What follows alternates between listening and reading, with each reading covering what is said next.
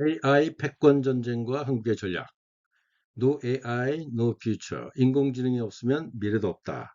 라는 제목으로 발표를 좀 해보겠습니다. 원래 이 자료는 제가 2024년 11월 27일 코엑스에서 열린 AI 프론티어 2024 행사에서 제가 조직위원장으로서 역할을 했습니다만, 거기서 제가 20분간 발표를 한 내용인데, 그때 녹화가 조금 잘 안 됐고, 특히 소리가, 그다음에 20분간 하다 보니까 너무 짧아서 약간 좀 자세한 그 내용을 다룬 버전을 좀 만들고 싶다. 그런 생각으로 다시 만들고 있습니다. 저는 이번 행사에서 조직위원장을 맡은 박창기입니다. 그리고 제가 한국인공지능진흥협회 회장 역할을 하고 있고요. 저는 AIQ라고 하는 인공지능 기술개발 회사도 같이 운영하고 있습니다. 저희가 인공지능 관련된 여러 가지 기술 개발도 하고 있고 상당히 고가의 최고 전문가용 교육 사업도 하고 있습니다. 오늘의 주제인 AI 패권 전쟁 그리고 한국의 전략 이 얘기를 시작하도록 하겠습니다. 미국의 빅테크들과 중국이 거의 AI 인프라에 대해서 군비 경쟁, 암스 레이스 수준의 지금 패권 전쟁이 진행되고 있습니다. 그래서 저희와 저희 협회는 한국이 최소한 약 10만 개의 그 GPU, B200 GPU를 운영할 수 있는 약 10조 원, 14조 원을 투입해서 AI 데이터 센터를 가급적 빨리 만들어야 된다. 이런 주장을 계속 해왔는데요. 그 근거를 우선 말씀드리도록 하겠습니다. 작년도 2023년도 엔비디아가 H100을 판매한 게 약 한 100만 개 정도 했습니다. 한 개당 3만 불씩. 그래서 30빌리언, 약 40조 원 매출이 발생했는데요.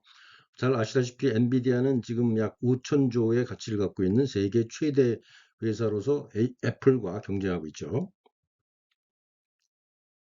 근데 그 작년도에 엔비디아 H100을 사간 회사가 메타가 15만 개, 마이크로소프트가 15만 개로 압도적으로 컸고요. 그다음에 애플이 5만 개, 구글이 5만 개, 오라클이 5만 개, 중국의 텐센트가 5만 개 이런 순서로 사갔습니다. 그래서 미국이 약 70%, 70만 개, 중국이 약 20%, 20만 개, 한국은 약 한 1만 개 정도 산 걸로 추정되고 있습니다. 근데 올해는 약 200만 개 정도 생산되고 엔비디아 매출이 약 60 빌리언 정도 될 것으로 보고 구매하는 그 국가들은 비슷한 비율로 할 것으로 보고 있습니다. 특이하게도 기억하기 좋게 2020, 그 엔비디아의 매출이 100만 개, 200만 개, 400만 개 이렇게 1년에 2배씩 늘어나고 있습니다. 그래서 2025년도에 400만 개에 120 빌리언 정도 될 것으로 보고 26년에는 800만 개에 240 빌리언 정도가 될 것으로 예상됩니다. 물론 H100에 이제 내년부터는 블랙웰 B200으로 제품은 바뀝니다. 근데 아시다시피 엔비디아의 GPU는 거의 세계에서 독점 상태고 이 독점 상태가 최소 3, 4년은 계속 갈 거라고 사람들이 보고 있습니다. 그래서 우리가 대한민국이 인공지능 3대 강국 G3로 가려면 한 4%는 확보해야 가능할 것이다. 이렇게 보는데요. 그러려면은 2027년도에 48만 개의 G200이 필요합니다. 우리가 빨리 결정해서 내년도에 부지를 선정해도 아무리 빨라도 2027년에나 가동할 수 있고 그때쯤 되면 우리가 48만 개 정도를 확보해야만 3, 4%를 갈 수가 있습니다. 근데 그중에서 약 10만 개를 국가가 지원해서 건설해야 된다라는 게 이제 저희 생각입니다.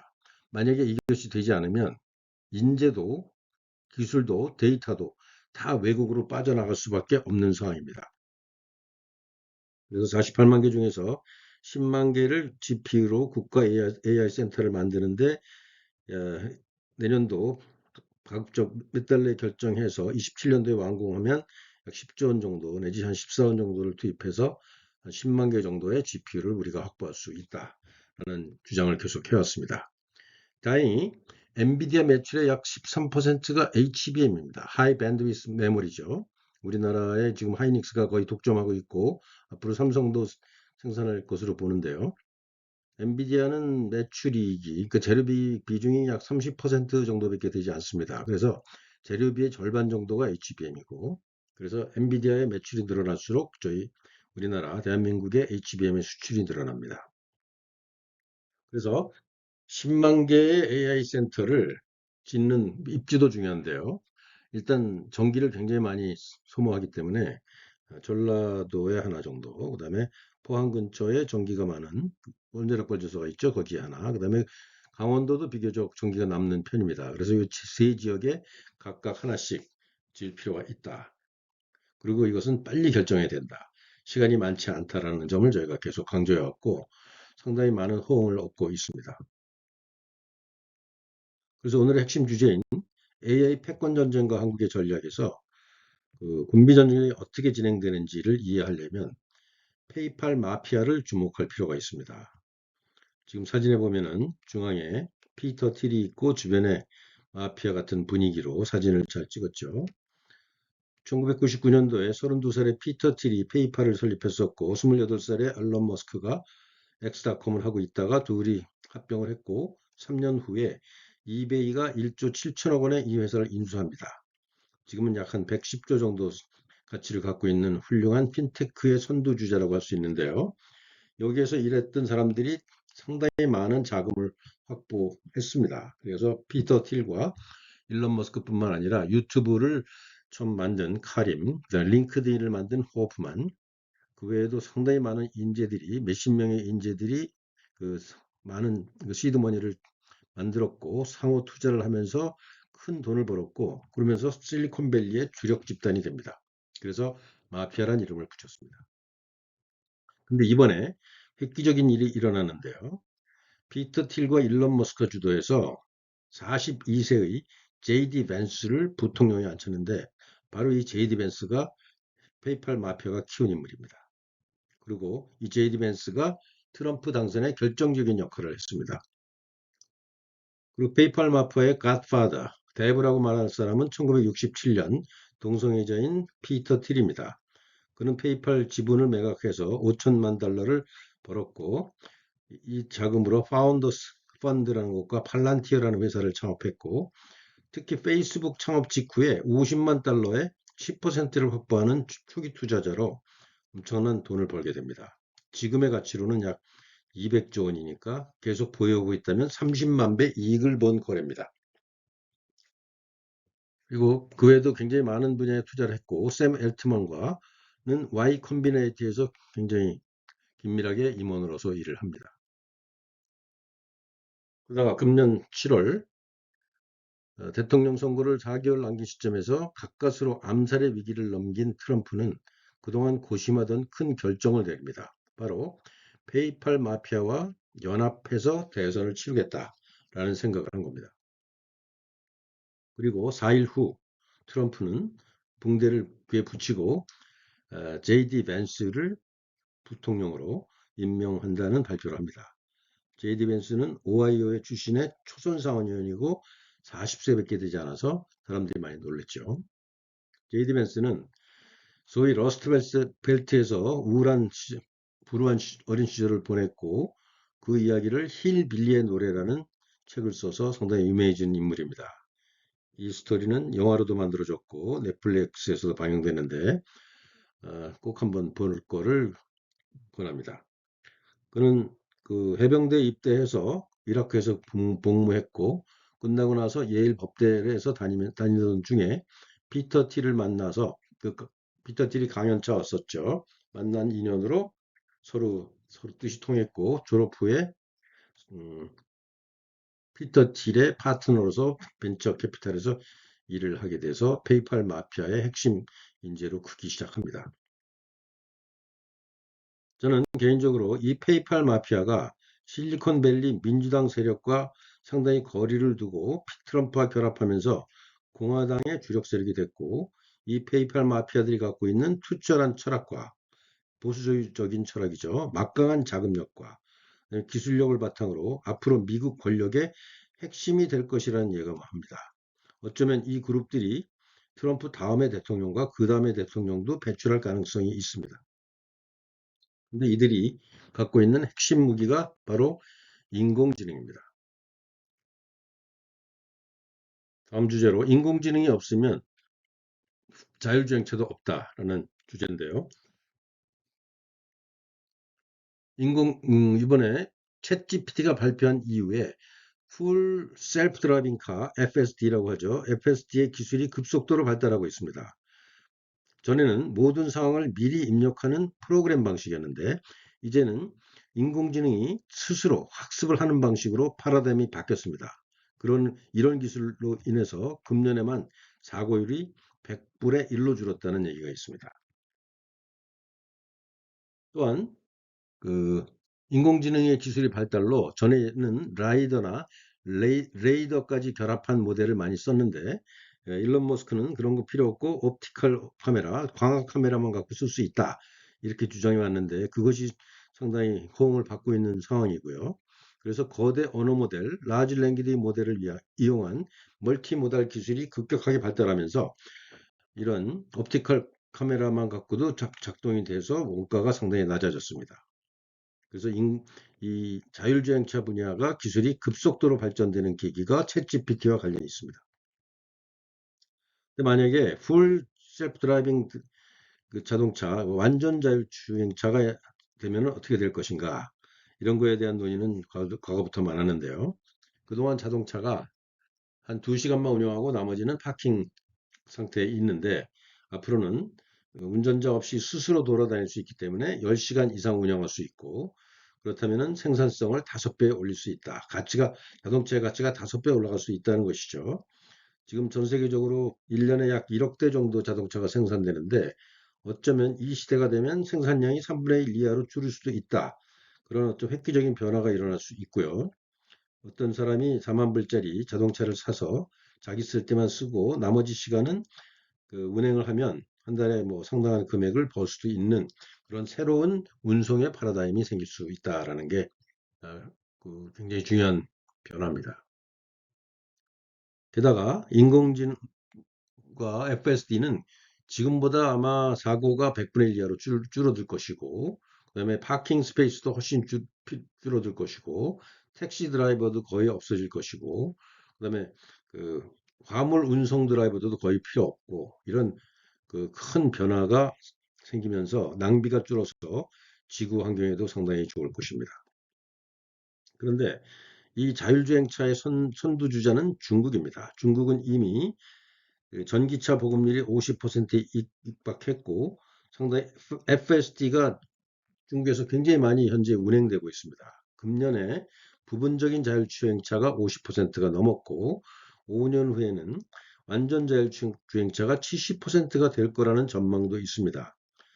이러는 과정에서 중국이 이런 완전 자율주행차를 대량 생산하고 물론 전기차가 되겠죠. 그다음에 기술 경쟁력과 원가 경쟁력이 생겨서 이들이 국가의 보조를 받으면서 전 세계에 덤핑을 판매하면 어쩌면 이 자동차 시장이 중국이 석권하게 되는 그런 큰 변화를 볼지도 모르겠습니다. 미국에서는 테슬라가 가장 앞서 나가고 있지만 기술 부족과 사고 우려로 허가가 지연되고 있기 때문에 중국에 뒤처질 위기에 있습니다. 그래서 일론 머스크가 이번에 트럼프를 적극 지지한 이유 중에 하나가 빠른 FSD 허가를 얻기 위한 것이 아니겠느냐 이렇게 추정하고 있습니다. 그렇다면 한국의 상황은 어떠냐? 한국도 상당히 오래전부터 기술을 개발했고 나름대로 경쟁력이 있습니다만 한국이 어려운 이유 중에 하나는 우버가 지금 허가가 되지 않고 있는 게 커다란 문제입니다. 실제로 미국이나 전 세계적으로 우버가 되지 않는 극히 예외적인 나라가 대한민국인데요. 이 우버라고 하는 플랫폼과 자율주행차가 결합하면 폭발적인 새로운 비즈니스 모델이 생깁니다. 근데 우리나라는 그 한국형 우버를 만들었던 타다의 그 이재용 대표에게 징역 1년을 구형하는 듯 법률적인 문제로 굉장히 시끄럽죠. 사실 저는 이재용 대표를 상당히 중요한 인물이라고 생각하고 1996년도에 한메일과 다음을 창업한 한국의 일론 머스크라고 말할 수 있는 선구자인데 이런 사람들을 몇 년간 재판에 시달리게 하고 사업은 굉장히 어려워서 손실을 보게 하고 이런 상황을 본 우리 젊은 혁신가들이 창업 정신을 버리게 되고 젊은 인재들이 미국으로 떠나고 젊은 인재들은 한국 주식 대신 미국을 주식에 투자하게 되는데 이런 사회 분위기가 문제가 아니겠는가 하는 생각을 합니다. 그렇다면 우리가 자율주행차라든가 이런 혁신적인 사업이 어렵게 하는데 과연 왜 그런 문제가 생기는가? 저는 그 크게 두 가지 집단이 문제라고 생각하는데요. 하나는 그 노동조합 계통입니다. 그 노동자들의 집단이죠. 이익 집단인데 예를 들면 개인 택시 그 운전사들이 격렬하게 저항을 하고 개인 택시를 만약에 우버를 허가하려면 개인 택시를 정부가 다 사라 뭐 이런 얘기까지 하고 있고 그거를 눈치 보는 이제 정치권이라든가 행정관료들이 도저히 이 문제를 해결하지 못하면서 오랫동안 지금 갈등을 빚고 있는 거죠.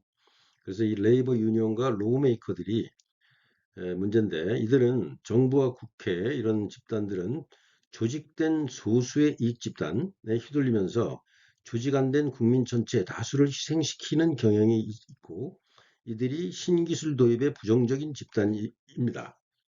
이게 이제 비단 요건에만 해당되는 것이 아니고 이거는 동서고금 그 아주 일반적인 사회과학적으로 검증된 이론인데요. 제가 사실 이런 문제를 가지고 벌써 한 10년 전에 혁신하라 한국경제라는 책과 그 블랙오션이라는 책에서 이 문제를 집중적으로 다루었습니다.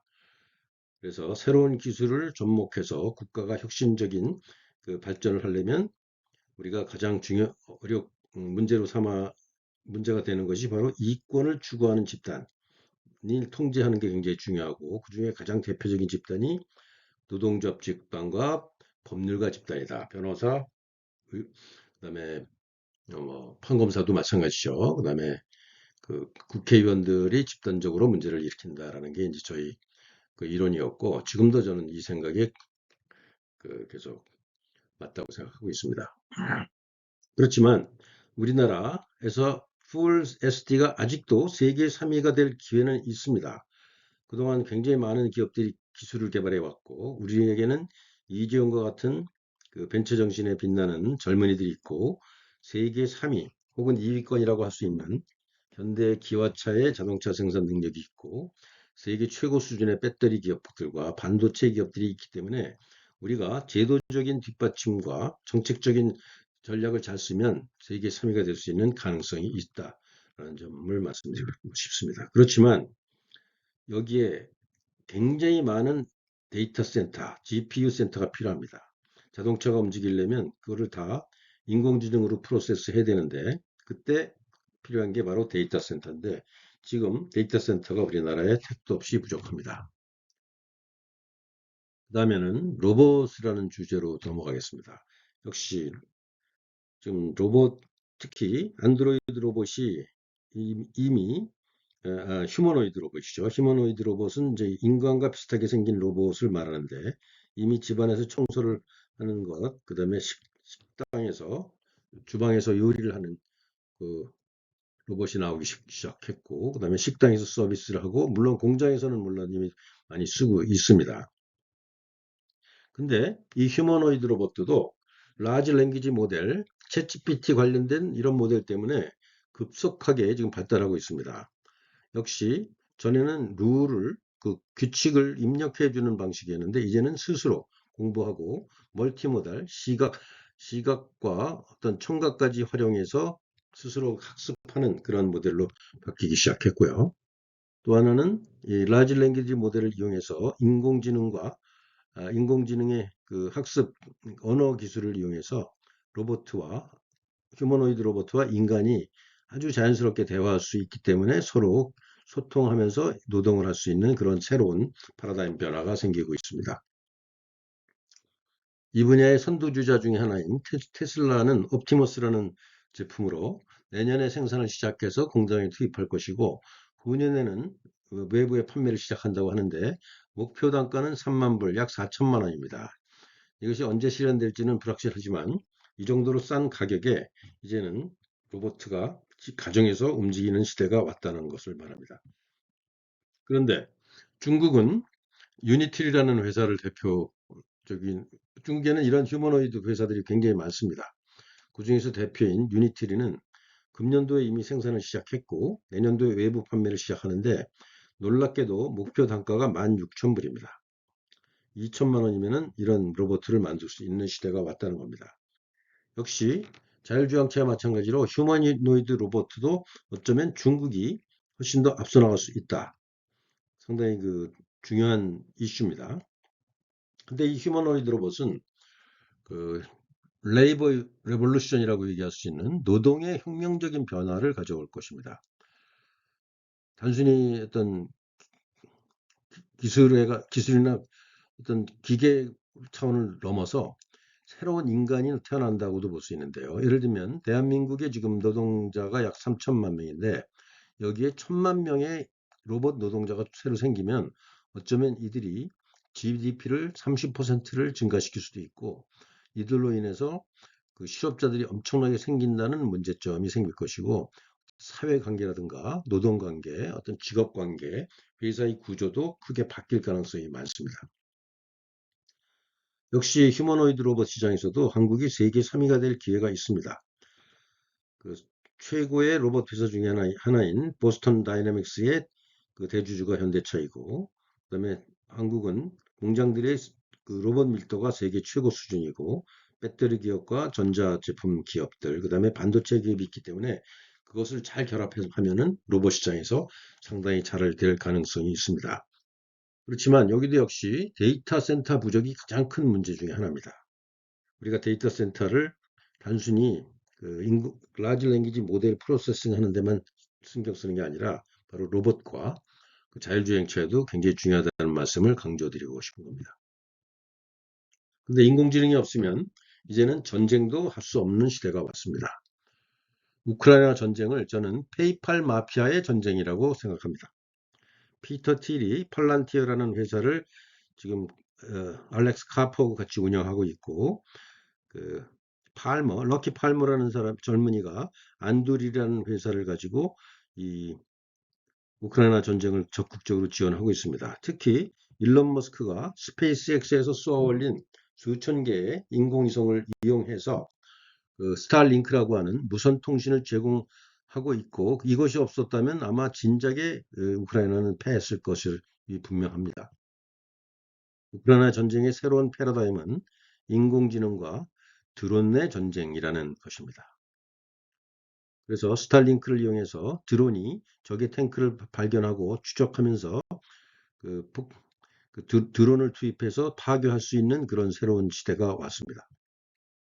여기에 핵심적인 솔루션이 팔란티어라는 것인데요. 팔란티어는 피터 틸이 창업한 후에 유태인 알렉스 카프가 경영을 해왔습니다.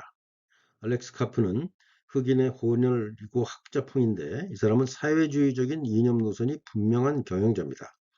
이 사람은 이스라엘과 팔레스타인 전장에서도 굉장히 큰 역할을 하고 있는데요. 단적으로 얘기하면 전장 전체에 있는 인력과 장비와 상대방의 정보를 모두 취합해서 인공지능으로 분석해서 작전 계획을 수립하는 회사라고 생각하시면 되겠습니다. 그 팔란티어는 엣지 AI라는 기술을 이용해서 엣지라는 건 뭐 스마트폰이라든가 같은 단말기에 있는 인공지능이죠. 거기서 그 카메라 같은 것으로 아날로그 데이터를 수집하고 그래서 그 각 개인들 그다음에 각 장비에 붙어 있는 모든 장비로 정보를 수집한 다음에 메타 컨스텔레이션이라는 기술로 인공위성을 중심으로 모든 정보를 취합해서 이것을 현장 정보와 결합해서 정보를 수집하고 인공지능으로 분석하고 상황을 시각화해서 작전 계획을 수립하는 그런 엄청난 기술입니다. 이 분야에서는 압도적인 1등인 팔란티어가 주목되고 있는 거죠. 그래서 단적으로 얘기하면 우크라이나 탱크 한 대가 러시아 탱크 7대를 격파하는데 이런 팔란티어의 기술이 결정적인 역할을 하고 있습니다. 또 하나의 그 페이팔 마피아의 중요한 인물이 럭키 팔머 럭키라는 인물인데요. 92년생이니까 불과 32살이죠, 지금. 근데 이 사람은 벌써 10년 전인 22세에 22살 때 자신이 개발한 그 VR 기기, 오른쪽 위에 있죠. 이 오큘러스라는 거를 페이스북에다 무려 20억 달러, 약 한 2조 8천억 원에 매각합니다. 그리고 페이스북에서 일을 하다가 2017년에 안두릴이라고 하는 인공지능 통제 시스템과 드론을 제조하는 회사를 창업해서 뒤에 보이는 이런 그 잠수정이죠. 무인 잠수정 같은 드론과 그다음에 여기서 보이는 그 로드 러너라고 하는 드론 킬러 미사일인데 이 미사일은 그 이 정도 규모이기 때문에 아주 배치하기가 쉽고 날아가고 드론이나 상대방 비행기나 이런 걸 파괴한 다음에 다시 원위치로 돌아오는 재활용이 되는 로켓으로 상당히 실용성이 높습니다. 그 외에 탱크 킬러라고 하는 바라쿠다라는 것을 개발했고 이거는 기존의 그 탱크 킬러인 제블린 약 한 2.5km 가는 제블린에 비해서 거리가 12배나 감고 그 인공위성 통신으로 통제함으로써 탱크 킬러 역할을 하게 됐고 기존의 어떤 탱크 위주의 전략에 완전히 그 변화를 일으키는 새로운 기술을 이 바로 젊은 서른 전후 된 기술 젊은이가 이런 많은 그 드론 기술들을 개발했고 이것을 통합하는 그 소프트웨어, 인공지능 소프트웨어를 개발해서 지금 이미 우크라이나 전쟁에서 엄청난 활약을 하고 있습니다. 그래서 안돌리는 그 레티스라고 하는 그 기술을 이 상당히 강점이 있고요. 그래서 이런 피터 틸과 이런 페이팔 마피아들이 결정적으로 우크라이나 전쟁의 핵심 역할을 하고 있다. 이런 말씀을 드립니다. 잘 아시다시피 대한민국은 지정학적으로 세계에서 가장 위험한 지역에 위치하며 인공지능이 약하면 전쟁에서 필패하는 시대인데 우리 군대도 인공지능 트랜스포메이션으로 파라다임 시프트를 할 때가 됐습니다. 현재 대한민국은 세계 2대 혹은 3대 무기 수출 국가입니다. 이미. 그리고 미국과 우주군 정보를 교환하는 유일한 나라이고 미사일 디펜스 정보를 공유하는 유일한 나라입니다. 아주 독특한 포지션을 갖고 있는 대한민국이 여기에 한국의 어떤 군사력에다가 인공지능과 드론을 잘 결합하면 세계 2위의 무기 수출 국가이자 세계 3대 군사가국이 될 수 있고 우리 무기를 30개국 이상에 수출하면서 그 결과로 군사동맹적 포지션을 갖게 되면 우리나라는 안전이 보장될 것입니다. 중국이 그 중국 주변에 깔려 있는 우리 군사동맹을 함부로 건드릴 수 없다는 얘기를 하는 겁니다. 그래서 그렇지만 우리가 지금 데이터 센터가 부족한 게 굉장히 큰 문제입니다. 그래서 데이터 센터를 크게 확충하지 않으면 전쟁도 어렵습니다. 우리나라의 국방 기술이나 어떤 행정 기술, 행정 관련 데이터들을 외국에 있는 데이터 센터에서 프로세싱 할 수는 없는 노릇 아니겠습니까? 그다음에 이제는 인공지능을 잘 모르면 정치를 하기 어려운 시대가 왔다라는 주제로 말씀드리겠습니다. 금년도 미국의 그 대통령 선거는 그 리퍼블리칸이 이겼죠. 그동안 대부분의 실리콘밸리 사람들은 다 민주당 계열이었습니다. 어차피 캘리포니아는 민주당이 압도적인 데니까요. 그런데 피터 틸과 일론 머스크, 피터 틸은 원래부터 대학교 때부터 약간 보수적인 성향을 갖고 있는 사람이었고 이번에 일론 머스크가 얼마 전부터 강력하게 리퍼블리칸 쪽으로 와서 트럼프를 지지하면서 리퍼블리칸이 그러니까 트럼프가 승리하는데 그 페이팔 마피아가 결정적으로 승자가 됐다. 그래서 그 실리콘밸리의 정치 지형이 급격한 변화가 지금 보이고 있습니다. 잘 아시다시피 샘 알트만은 일론 머스크가 처음에 투자해서 오픈 AI를 만들었습니다만은 갈등이 생겨서 사이가 당연히 나쁘고요. 그다음에 피터 틸이 초기에 투자한 그 메타 페이스북과도 지금은 사이가 별로 안 좋은 상황이 됐습니다. 근데 이 전쟁이 일종의 그 전쟁인데요. 약 5년 전에 이미 시작됐습니다. 저커버그가 약 5천억 원을 그 바이든 그 민주당 쪽에 투자하면서 선거에 직접 개입했다. 이런 그 상황이었는데요. 그러니까 2020년 선거에서 주커버그는 그 선거 장비에 엄청난 자금을 투자했고 그거에 대해서 트럼프 쪽에서는 이것은 부정선거에 지원했다. 이렇게 큰 갈등이 생겼습니다. 그리고 트럼프가 패배한 후에 조커버거는 트럼프의 어카운트, 페이스북 어카운트를 정지시켰고 그리고 얼마 있다가 트위터도 정지했습니다. 근데 트럼프는 8천만 명의 팔로워를 가지고 주로 트위터를 이용해서 정치를 해왔는데 이걸 정지시켰다는 것은 정치적인 생명을 끊는 거나 마찬가지입니다. 그래서 이런 엄청난 탄압을 받았고 여기에 유튜브도 그 계정을 정지시키는 그 탄압을 했고 그러자 트럼프가 트루스 소셜이라고 하는 자체 SNS를 만들었습니다. 근데 이 트루스 소셜을 구글의 앱스토어와 애플 스토어에서 정지를 시킴으로써 완전히 그 실리콘밸리가 빅테크들이 트럼프와 적대적인 관계를 유지했는데 이것에 대해서 반대 의견을 갖고 있던 일론 머스크가 트위터를 인수해서 트럼프와 한 편을 먹기 시작합니다. 그리고 금년도에는 일론 머스크가 약 2억 달러를 투입해서 그 대선 캠프에 그 트럼프 쪽에 거의 올인을 했고, 그다음 심지어는 매일같이 100만 달러를 주는 당첨을 해주는 그런 캠페인까지 했습니다. 그야말로 그 일론 머스크는 올인을 한 건데요. 결과적으로 트럼프가 선거에서 대승을 하게 됐고, 그 결과적으로 테슬라는 그약 700조의 주가 상승이 됩니다. 일론 머스크가 투자한 게 약 한 5천억, 3천억 정도 된다고 시작하면 그거에 엄청나게 많은 그 대가를 얻었다 이렇게 볼 수 있겠고요. 네, 팔란티어도 약 100빌리언이니까 약 140조 원의 시가총액이 급격하게 올라갑니다. 마피아답게 올인하고 크게 먹었다 이렇게 평가할 수도 있겠습니다. 그래서 지금 이 시대는 인공지능을 잘 모르면 폴리틱스, 정치도 하기 어려운 시대가 왔다라는 설명을 드리고 있습니다. 뿐만 아니라 의료라든가 메디컬 사이언스도 인공지능이 없으면 불가능한 시대가 왔고 어, 컨텐츠 생산, 그 문화산업도 인공지능이 없으면 불가능한 시대가 왔고 교육도 마찬가지로 인공지능이 없으면 불가능한 시대가 왔습니다. 그런데 제가 오늘 특별히 강조드리고 싶은 것은 크립토, 암호화폐가 없으면 인공지능이 없다라는 새로운 관점을 말씀드리도록 하겠습니다.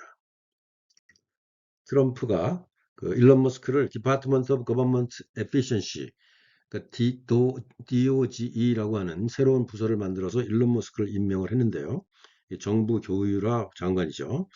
여기서 엄청난 활약이 지금 이미 시작됐는데 그와 관계해서 도지코인이라고 하는 그 밈코인이 무려 40빌리언 달러가 가격이 폭등했습니다. 그 선거를 전후해서 한 4배 이상 올랐죠. 그리고 이 암호화폐, 특히 비트코인에서 굉장히 큰 변화가 올 것이라고 생각되는데 트럼프가 유세 중에 비트코인을 국가 전략 비축 자산으로 만들겠다. 스트래티직 내셔널 비트코인 스톡파일을 하겠다. 이런 발언을 했고 구체적으로는 비트코인 100만 개를 5년에 걸쳐서 매입하겠다. 이렇게 발언을 했는데 만약에 이 공약이 실현되면 현재 10만 달러인 약 한 1억 4천만 원짜리의 비트코인 한 개가 50만 불, 5배 혹은 100만 불, 10배까지도 상승이 가능하다라는 지금 전망이 나오고 있습니다. 그림에서 보듯이 불과 작년 여름만 하더라도 2만 불이었던 것이 지금 10만 불, 5배 가격이 올랐고요. 시가총액은 2,000빌리언이니까 거의 3,000조에 가까운 지금 가치가 지금 비트코인에서 생성되고 있고, 암호화폐 전체로 보면 약 한 5,000조, 3,300빌리언이니까 5,000조의 시가총액 GDP에 벌써 2.5배까지 지금 상승한 그런 엄청난 그 그 상승을 지금 보이고 있습니다. 참고로 저는 그 비트코인 가격이 약 300불 내지 400불 한 4, 50만 원 할 당시인 2015년도에 블록체인 OS라고 하는 회사를 창업해서 이제 사업을 시작했고 2016년도에 굉장히 많은 제가 강연을 하러 다닙니다. 그때 시가총액이 한 20빌리언 정도 됐고 그러니까 지금보다 한 200분의 1 정도죠. 가격이 한 50만 원 주변에 있던 시절에 저는 뭐 많은 이제 이 암호화폐 전도사로서 비트코인에 대한 설명을 하러 강연을 했는데요. 예를 들면 LG그룹의 임원들 상대로 2016년 8월에 강연한 그 슬라이드 중에 하나입니다. 제가 여기서 그런 얘기를 합니다. 2027년도에 10 트릴리언 정도의 가치가 될 것이다. 그리고 약 당시보다 500배 정도 가치가 커질 것이다. 이런 얘기도 했고 2016년도 11월 달에는 국회에서 블록체인과 암호화폐가 정부 혁신을 촉발할 수 있다. 이런 얘기를 하면서 제가 굉장히 많은 강연을 하면서 사람들이 그 비트코인에 대해서 도저히 이해를 못하기 때문에 실습을 할 수 있도록 지갑을 깔고 제가 5불 내지 10불을 제가 보내드리고 그걸 가지고 서로 송금할 수 있는 실습을 하는 과정에서 거의 1000명 이상한테 제가 비트코인을 무료로 나눠준 장본인입니다. 그중에 상당한 분들이 지금 비트코인의 투자에 크게 성공을 했습니다. 그리고 제가 2017년 5월에 한국 최초로 ICO를 실시해서 17시간 만에 40개국에 4,000명으로부터 비트코인 6,900개를 모았고, 그때도 역시 제가 강연한 내용 슬라이드에 나오는데, 그 당시 20빌리언인데 지금 2만, 이것이 이제 만 빌리언까지 갈 것이다. 500배 증가할 것이다. 이런 것을 이제 설명하면서 이제 암호화폐와 비트코인에 대해서 꾸준하게 전도사 역할을 했습니다. 그런데 그때 우리나라에 강적들이 나타납니다. 이때가 2018년 1월인데 JTBC의 손석희 앵커가 이제 몇 사람들을 모아가지고 암호화폐 블록체인에 대해서 얘기를 했는데 이때 전문가들은 이제 암호화폐나 블록체인을 상당히 옹호했는데 유독 이 유시민이라는 사람이 비트코인은 사기다. 비트코인이 잘 될 가능성은 제로다. 비트코인은 범죄 수단이다. 제가 이번에 이분이 얘기한 거를 들으면서 깜짝 놀랐습니다. 진짜 확신에 차서 이런 얘기를 했는데 이분 역시 노동조합에 굉장히 친화적인 좌파 정의당 출신이죠. 유시민이라는 사람. 제가 아까 얘기했던 그런 경향, 새로운 기술을 받아들이지 못하는 경향에 딱 맞는 사람이 아닌가 그렇게 생각을 해봤고요. 그리고 그때쯤 돼서 박상기라고 하는 법무장관이 이 가상화폐는 도박이기 때문에 거래소를 문 닫겠다, 닫을 수 있다 이런 얘기를 해서 큰 파란을 일으켰는데요. 역시 법률가 집단이 문제입니다. 그래서 결과적으로 우리나라가 그 당시 세계 2위권, 3위권으로 굉장히 많은 그 투자와 개발이 이루어졌고 ICO만 해도 500건 이상이 이루어졌는데 이런 이상한 분위기에서 그러니까 비트코인이나 암호화폐를 그 사기로 취급하는 분위기와 정부의 그것을 불법화하는 분위기 때문에 지금은 거의 전멸했습니다. 근데 그 사이에 전 세계 그 대한민국의 GDP의 2배 이상 지금 올랐고 이것이 5배, 10배 오르는 새로운 시대가 오고 있다라는 점에서 참 안타까운 일이 벌어졌다는 것을 한번 우리가 반성해 볼 필요가 있겠습니다. 제가 며칠 전 거래량을 보니까 코스피와 코스닥이 약 5조 원씩 거래돼서 10조 원인데 빗썸과 업비트가 딱 2개 거래소가 20조 원이나 거래됩니다.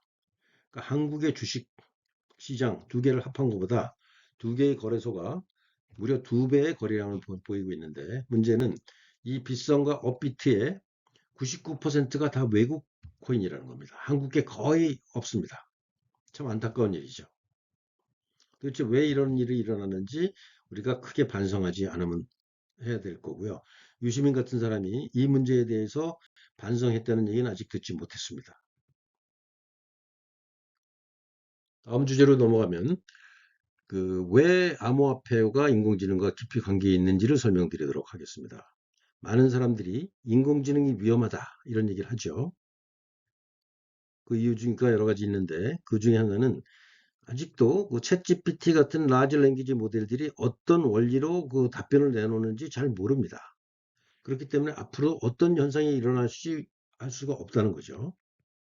그다음에 지금 챗GPT 같은 몇몇 회사들이 거의 인공지능에서 독점을 하고 있는데 이 사람들이 빅브라더의 디지털 아이가 돼서 아주 소수가 전 인류를 통제하는 그런 시스템에 악용될 수 있다라는 위험성이 있습니다. 그다음에 이미 인공지능이 정치적인 편향성을 갖고 언론을 통제하고 있는 경향이 뚜렷하게 나타나고 있습니다. 심지어는 인간을 브레인워싱 할 수 있는 가능성까지도 있습니다. 굉장히 두려운 현상이라고 할 수 있는데요. 그 다음에 극단적으로는 General AGI, Artificial General Intelligence가 발달해서 인간을 적대시해서 인간과 전쟁을 해서 인간을 절멸시킬 수 있는 그런 위험을 생각하는 사람들이 굉장히 많습니다. 과연 이 문제를 어떻게 해결할 것인가에 대해서 거의 답변을 내놓는 사람이 없습니다. 국내에도 많은 사람들이 이 문제를 거론을 합니다만 이걸 어떻게 해결하겠다 이런 답변을 하는 것을 제가 아직은 보지 못했습니다. 근데 저는 이 문제를 바로 암호화폐와 탈중앙화로 해결할 수 있다라는 전망을 제가 오늘 말씀드리고자 합니다. 첫 번째로 탈중앙화된 통제 장치로 안전을 어느 정도 확보할 수 있고 그런 과정에서 투명성과 책임성을 강화할 수 있고 그다음에 security 그러니까 그 보안을 강화할 수 있고 그다음에 집단적인 통제 한 개인이나 한 거대한 기업이 통제하는 것이 아니라 전 집단이 감시하면서 통제하면서 그 자원을 탈중앙화해서 잘 활용할 수 있는 인프라를 만들 수 있는 게 바로 블록체인 기술을 이용한 암호화폐 기술이다. 이런 점을 제가 말씀드리고요. 이 분야의 그 선두주자가 바로 제로 그래비티의 그 마이클 하인이라는 사람입니다. 제가 이번 주 화요일 날 이분을 이제 한국에 초대해서 저녁 식사도 하고 상당히 많은 대화를 나누는데요. 이 회사는 불과 창업한 지 지금 1년이 되지 않았는데 무려 4천억 원의 자금을 투자를 유치했습니다. 그래서 지금 실리콘밸리에서는 인공지능과 블록체인, 암호화폐가 결합된 탈중앙화 웹3가 아주 각광을 받고 있고 이 분야가 굉장히 많은 그 투자를 받고 발전할 것이며 인공지능이 갖고 있는 여러 가지 문제 해결책 중에 아주 핵심 중에 하나다. 이렇게 생각하는 사람들이 꽤 있습니다. 그래서 저희가 수요일 날 AI의 미래, 블록체인이 왜 중요한가라는 프로그램에서 이 마이클 하이니가 강연하도록 되어 있고요. 우리나라에서는 이 분야의 최고의 전문가가 이흥로 교수님입니다. 지스트 교수님이시고요. 이분도 역시 탈중앙화된 그 인공지능을 만드는 인프라스트럭처, 마이 AI 네트워크라고 하는 기술로 사용자 중심의 인공지능을 통해서 각자가 여기서 수익을 만들 수 있고 에이전트들이 그 중앙 통제 받지 않고 활성화되는 그런 기술을 현재 개발하고 있고 저도 이 프로젝트에 상당히 기여하고 있습니다. 그래서 이용로 교수님 발표도 있고요. 그래서 오늘 정리를 하자면 No crypto, no AI. 무슨 뜻이냐면 크립토가 없으면 인공지능도 힘들 수 있다라는 얘기입니다. 암호화폐와 블록체인이 인공지능이 갖고 있는 많은 문제들을 해결할 수 있다라는 점을 제가 강조드리고 싶고요. 여기도 역시 GPU 데이터 센터가 부족하면 역시 할 수 없습니다. 근데 다행히 최근에 보니까 국민의힘에서 그동안 2조 규모의 투자를 하겠다고 그러다가 4조 규모로 국가 컴퓨팅 센터를 만들겠다 이런 뉴스가 나와서 상당히 반가운데요. 저는 이것도 너무 작다고 생각합니다. 그래봐야 한 2만 개 정도밖에 되지 않고 전 세계 그 GPU의 1%밖에 되지 않습니다. 이거보다 훨씬 더 키워야 된다. 저는 14조 원 규모를 말씀드리고 있는 겁니다. 그래서 오늘 뭐 정확하게 여러 가지 주제로 얘기했습니다만 핵심적인 주제는 AI 패권 전쟁과 한국이 갖고 있는 포지션에서 인공지능이 없으면 비례도 없다. 이런 주제로 말씀드렸습니다. 경청해 주셔서 감사합니다.